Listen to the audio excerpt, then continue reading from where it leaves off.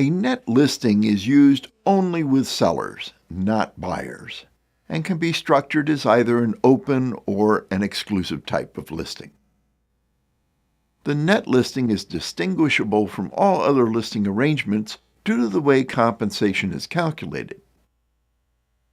In a net listing, the broker's fee is not based on a percentage of the selling price.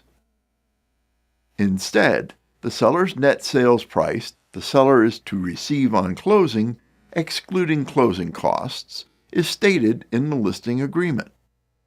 The broker's fee equals whatever amount the buyer pays in excess of the seller's net figure and closing costs. So, for instance, let's say the seller indicates a net sales price of $500,000 in the listing. Again, that's how much the seller wants for the property. The broker finds a buyer who agrees to purchase the property for $575,000. This $75,000 difference is the fee paid to the broker.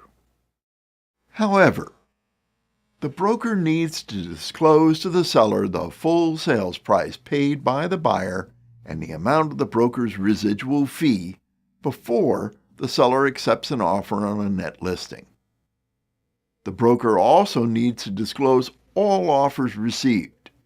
For instance, had a buyer submitted an offer for $500,000, the broker is, of course, obligated to present it.